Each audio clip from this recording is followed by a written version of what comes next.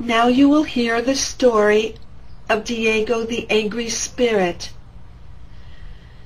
One summer afternoon, Jen Daylight and I traveled to Old Town in Southern California. Inside a restaurant, we were waiting to hear news from Mary, Daylight's main spirit guide, about the location of Diego, an angry spirit who was causing problems in Old Town.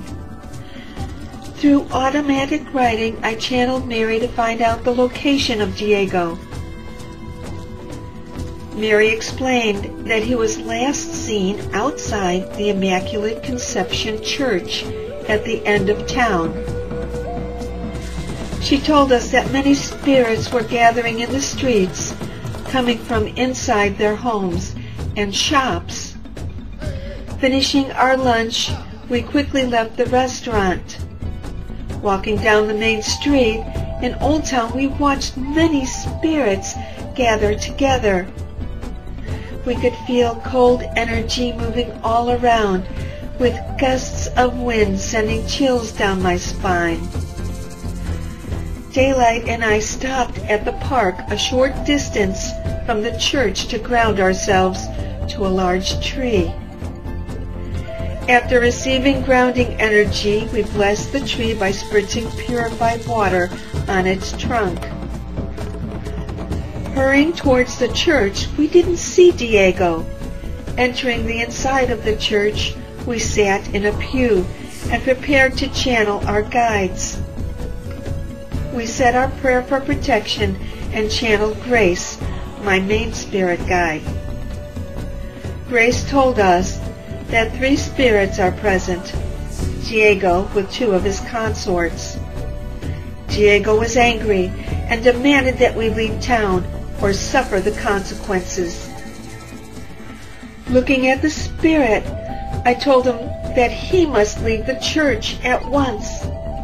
The spirit quickly left the church, taking with him one of his consorts. Meanwhile, the other spirit ran up a flight of stairs to the choir loft where we met on the landing. I asked the spirit to be at peace and go into the light. He accepted and started to pray. I released his spirit to the light. Returning to Daylight inside the church, we proceeded to channel our guides. Grace instructed us to go to the church hall and wait there. Once inside the hall, I started to channel Diego through automatic writing to see if he was present and willing to talk to me. On the notepad, the pen glided across the page, making black circles. I realized that it was Diego again.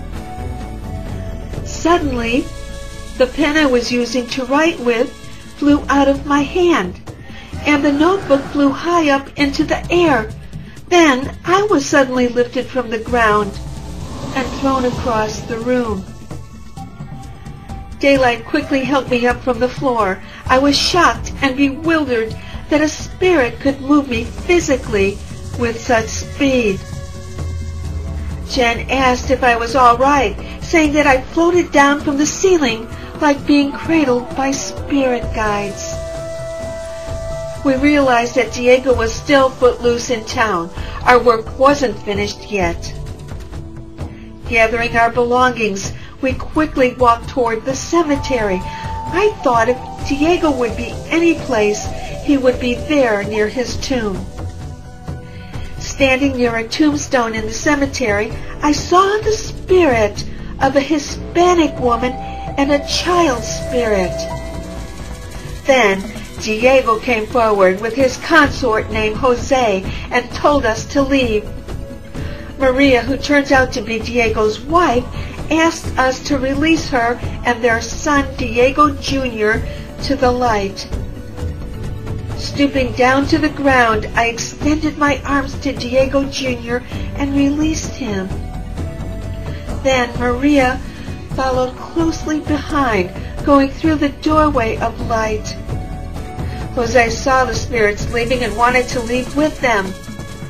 Daylight counseled Jose and gently coaxed him to leave with the others. Jose left, but Diego remained behind. Now we were standing face to face with the angriest spirit in Old Town. Diego saw that there was no one to support him any longer and begged us to release him so he could be joined with his wife and son, and he was released to the light. Many spirits flowed into the doorway of light that day.